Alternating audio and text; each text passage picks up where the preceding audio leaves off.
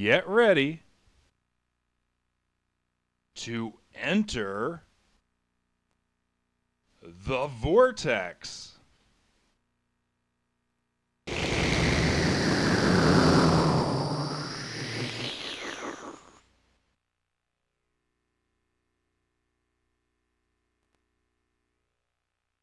Starring Vandita.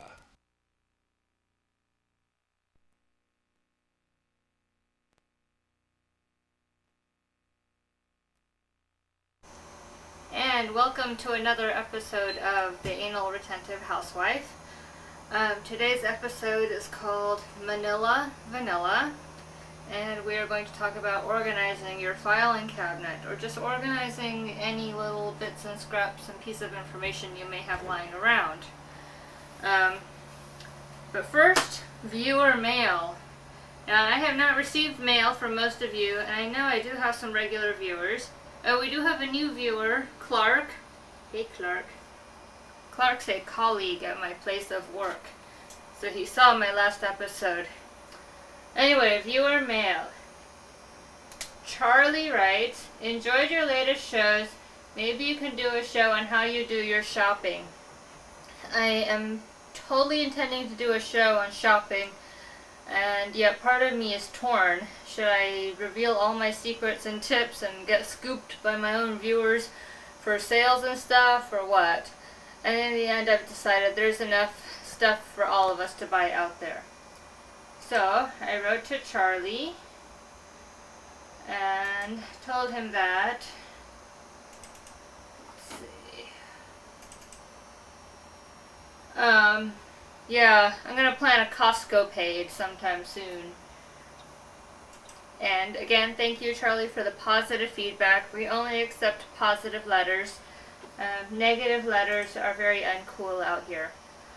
Okay, and then Charlie wrote back, yo, what's up? Let's see. Doing a good job. Let's see. Try not to interact as much with the cameraman, I guess, unless he's in front of the camera, but that would not make him the cameraman. That would make him like a sidekick. And so right now the show is all about me, and hence the disembodied voice in the back. So anyway, and at some point we'll probably do some sort of the talk back and forth variety show and have guests and things, but pretty much since I am the expert on everything I do, it's kind of hard to think of somebody who knows stuff more than I do, or who's better at things than I am. It's tough being perfect and right all the time, isn't it? Okay, so, and again, you may send all emails to vandita@vandita.com, and that's listed in the credits at the end of the show. And again, positive comments only. So, let's get to the topic at hand. First of all, I'm drinking my beverage of choice again, Sprite, because it's really hot under the lights, and I may be looking a little shiny. That's not sweat, it's glisten. Okay, and I think I mentioned that in a previous show. I don't sweat, I glisten. So, to those of you who would think that I'm sweating, no. Okay, Manila Vanilla. This is a takeoff on the artist formerly known as Milli Vanilli, and they were very good artists. I don't care what anybody says that their music was fake.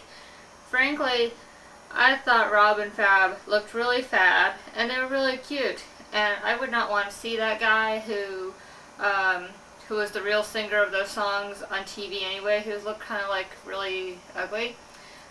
It's sort of like, hearing a really good song by Whitesnake and then seeing what they look like in person, and then you're like, oh, I can't believe I like those people in real life, And before there was TV and stuff, it was okay to look ugly, you could get away with that. But nowadays, it's all about image, and you know that, I know that, and gosh darn it, the American people know it too. Okay, so, Manila Vanilla, talking about filing. First things first, you have to have a filing system, and what I try to do is have a number of different filing options available to me, and I like to nest. So we take item number 1. This is a manila folder, but note it is not one of the third cut manila folders that one normally buys, or yeah, usually they're third cut. This is a straight cut tab, and it is slightly more expensive, but it is worth every penny. That's item number 1 that I use. Then I use what's called a letter jacket. And this is similar to the straight cut folder, but it's a pocket. And so all it does is it holds little pieces of paper, which is great for holding warranty information, you know, little scraps of whatever, a postcard or something that you may need for filing purposes. I keep a lot of information. Why? Because you never know when information might be useful. It's great for, you know, health insurance, employment records, just to keep track of what you've done. Taxes. I've saved a lot of papers for taxes. Let me tell you, I get more money back than anybody I know in my salary, in my income tax bracket. Okay, then we have these. And these are, these are letter jackets. These are file pockets. There's ones that are 1 1/4 inch, 3 1/2 inch, and then 5 1/4 inch. What I use these for is to place file pockets in and straight cut folders in. And it really works very nicely as a little system. It's contained, it's neat, and there's no danger of things falling out into the void of the filing cabinet. A lot of people use hanging file folders, and some of them are, you know, extra wide. That just doesn't really suit my system. You end up labeling, and labeling standards and strategies change. You're constantly redoing those little tabs on the hanging file folders, and eventually those things wear down. They're just plain annoying. These things last a lifetime. This is what they use, or used to use in the old Bell Labs, for holding all their research papers and stuff. And let me tell you, if it's good enough for them, it's good enough for me. And just FYI, here is the larger 3 1/2 inch folder. Just holds more stuff, that's all. And this way you can also, you know, maybe start with just a regular manila folder. Once you collect a couple of these on a single topic, you can move them into this. And so it's kind of a nice little nesting system, like I said, and it's expandable or retractable in case you decide to throw stuff out. Lord knows why anybody would want to throw anything out. I like to save and reuse as much as I can. But I am running out of space, and so I may have to rethink my strategy on that.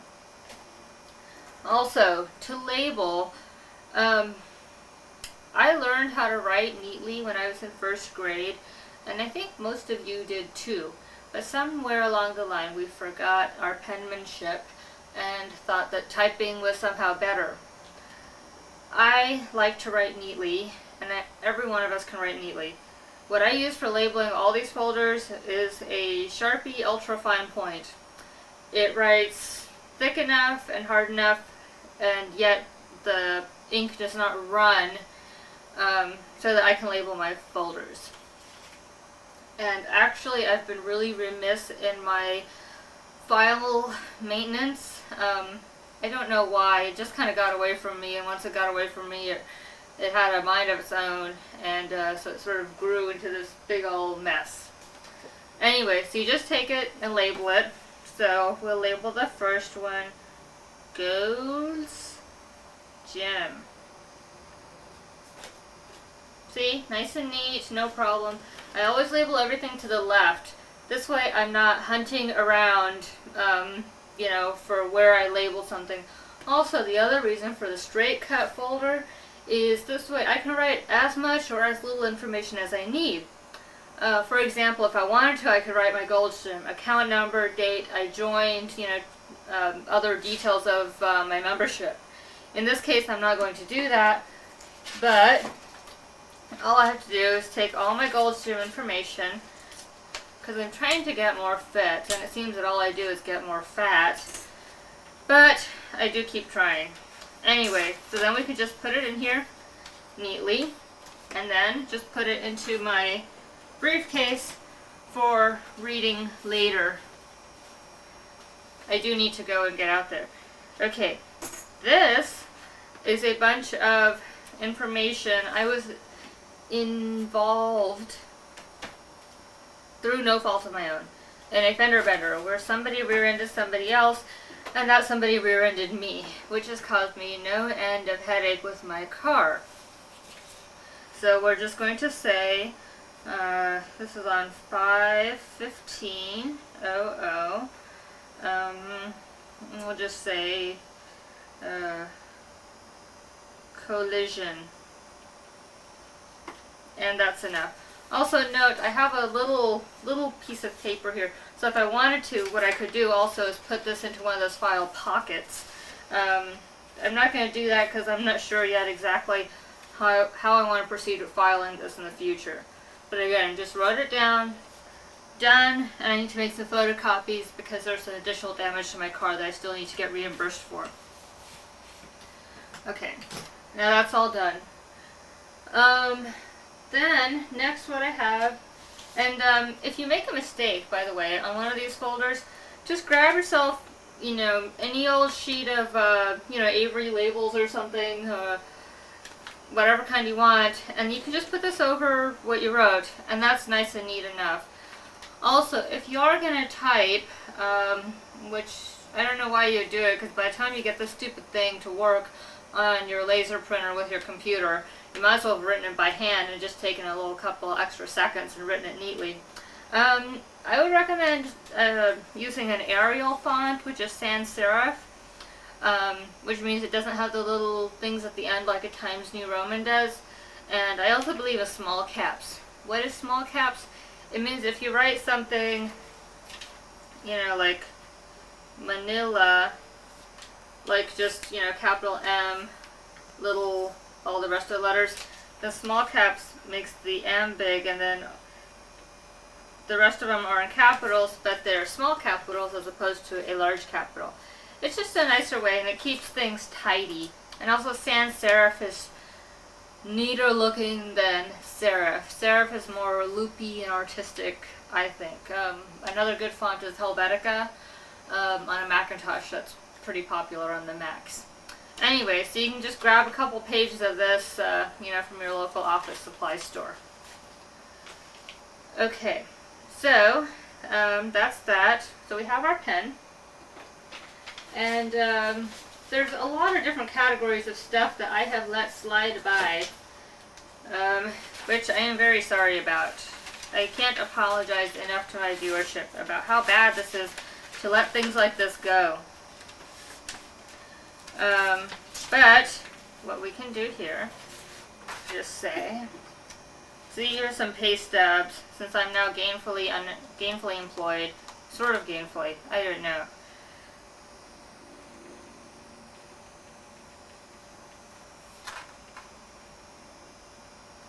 And if you're writing something for pay stubs, you should always write the year, so you know what year you've got your statements for.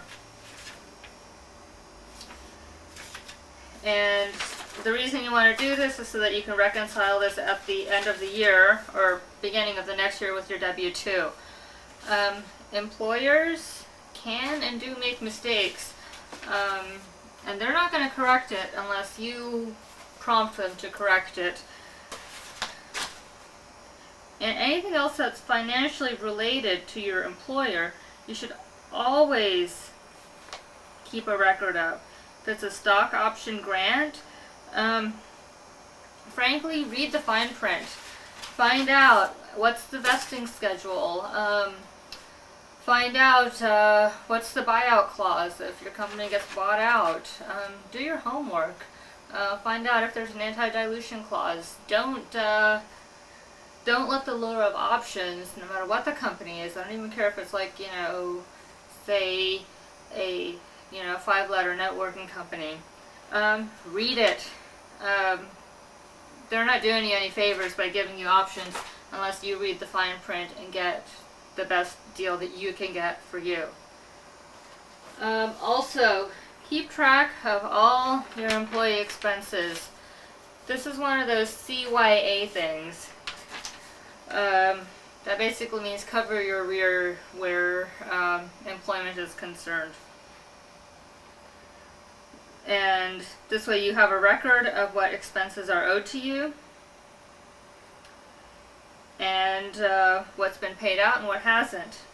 Also photocopy all the receipts, because if you don't photocopy the receipts and you just have the, just the expense report, then if there's ever any question of impropriety, not that there would be, but if there was, you have your records as backup.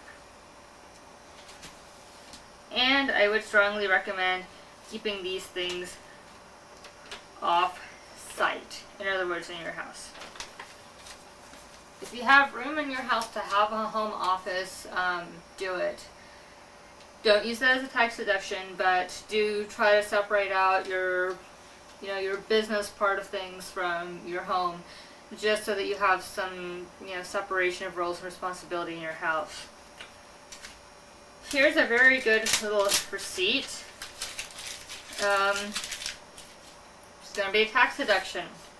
Why? Because it's a refill for my day planner, which is a business expense for me.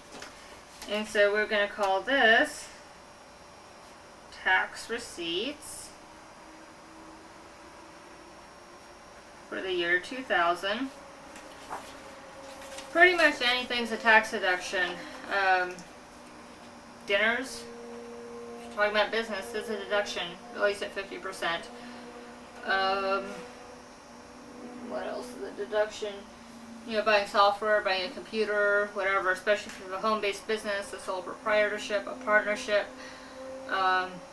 If you're doing business out of your home, potentially, a lot of things are deductible.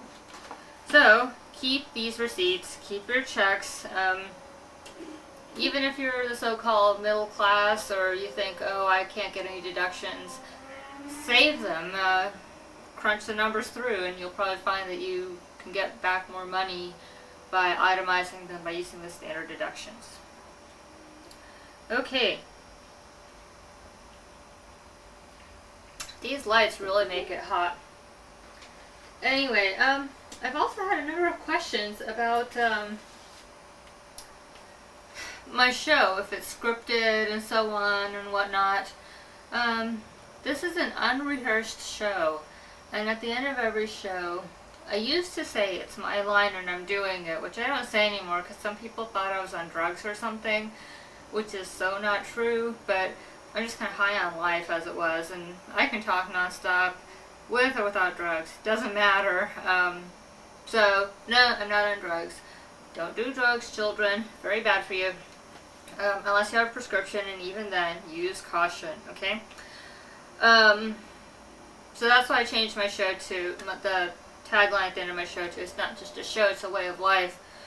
What I'm showing you, my filing system, this is what I've used. I mean, I could do this blindfolded, except the handwriting wouldn't be quite as neat.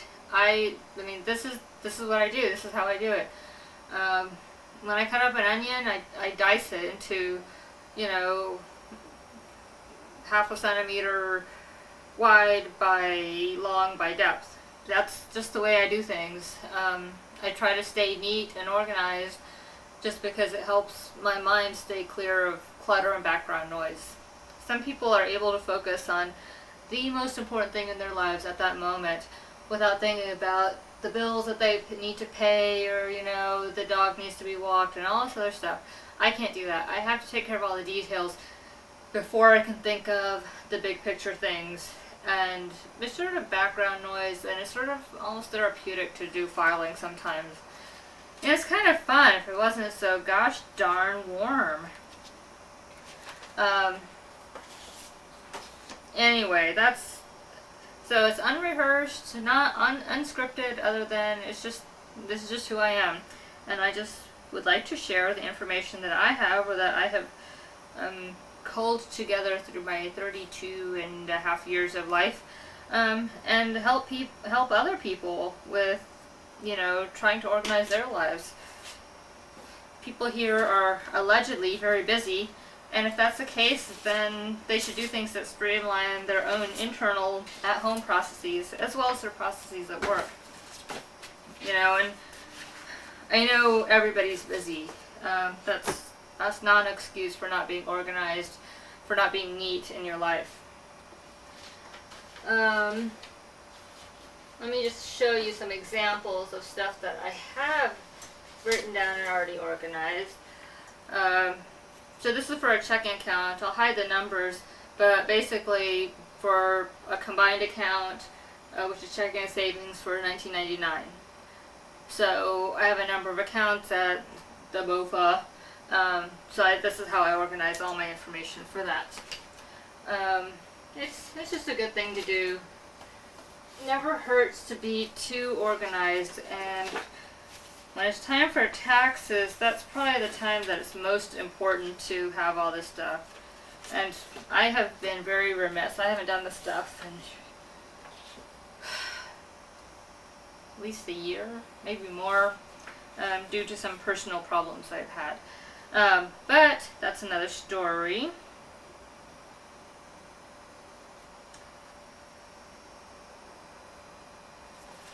So, here's taxes from last year, which I did them this year, but I haven't even filed them away. Speaking of where and how things get filed, so we have all the filing materials now that we've bought at our supply store, and I really recommend getting a 4-drawer file cabinet, and get yourself a couple, one for filing, say, financial, medical type of stuff and bill paying, one for probably your, healthcare, warranties about different stuff you have in your house, one for employment stuff like, your resume, maybe different interpersonal communication classes that you've been to, like working with others and all those, like, BS type of classes. It's always a good idea to file that stuff. You never know when you're going to need to refer back to it. I find so often that I'm constantly referring back to stuff. Oh, he's back, magically. It's like, whoa, you turn around and there he is. Oh, very lovely. Lovely. I just got mooned. So, let me see. So now we have another tax receipt. We're going to keep this folder up top because I have a lot of things. And magazine subscriptions, tax deduction. Household activities, tax deductions. Do we need a disclaimer that you are not a licensed tax professional? I'm not a licensed tax professional, but I do play one on TV. I'm also not a licensed therapist, but my sister is, and so I feel like I have some point of expertise in that area too. And again, I'm not licensed, but I am a member of several 12-step tax programs. Okay, if you're a member of any airline clubs, frequent flyer clubs, stuff like that, always a good idea to keep club information, because maybe someday you really will fly a lot, and if you do, you will want to keep track of all this stuff. And actually sometimes you can get free stuff out of these people. It's difficult to believe, I know, but if you're careful, you can get it. Anyway, let's see, what else we have here? Yeah, this is just going to be a nightmare to do. I don't feel like doing this. My excuse initially was, oh, I'm saving it for my show. And here we are at my show, and I think I saved just a little too much. Anyway, we shall plow on in good humor. This is a good... Also, let's see, when you're filing inside, everything should face forward. It should face the same direction. And it should go from oldest to newest. Okay? Why? Just because it's easier to find stuff. There's no reason to not be, truly organized when you're doing some of this stuff. Oh, goodness gracious. See, now there's some stuff hasn't even opened. That's bad. Bad, bad, bad. Okay. Life insurance. Everybody should have group or universal life insurance. And term life insurance too. If you're not too old, you should get that. Because when you do get too old, well, you'll have problems getting it then.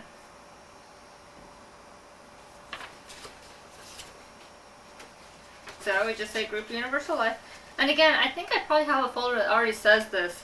But I can reuse the folder. There's nothing wrong with it. Note that all of my folders are new. None of them are like skanky and dog-eared and all this other nonsense. There's no reason to not have nice looking folders. Okay? So we just say pay stubs. And you only need to keep these until you get your W-2.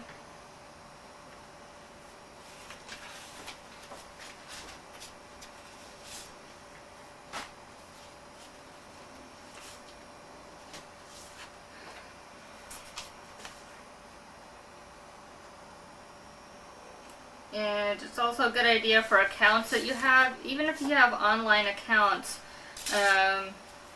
For example, I have a thing at Webvan only because there was a sale. I don't do internet stuff very much. I've had some problems with it. But they gave me some free money, so I said, hey, anything I can do to bankrupt these little .commies, I'll do it. I'm not shy. But you knew that already. Okay.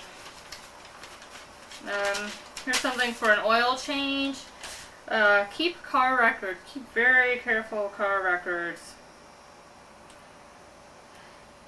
When you go to sell your car or trade it in, the fact that you have all these records is a plus in selling your car. So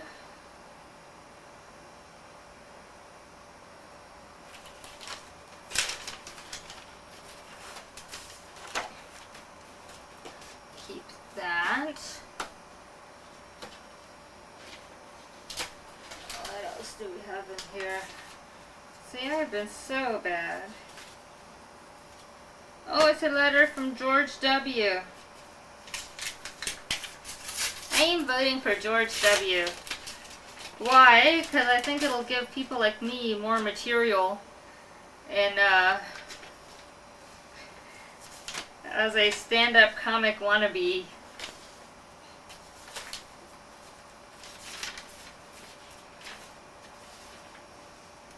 Any whoosies. Yep, more envelopes I have not opened. Not good.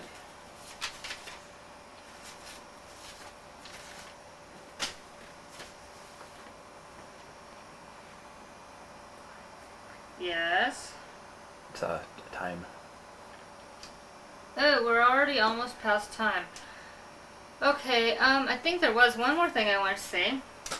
This is our 12th episode, and so once again, a very special episode because we have now been on the air for a year, and I know I've only been giving one new episode a month, just because of certain schedule limitations and technical limitations. But please continue to watch, and again, if there's things you'd like to see, I'll try to include them in the next few shows. And, as always, I'm the Anal Retentive Housewife, and remember, it's not just a show, it's a way of life.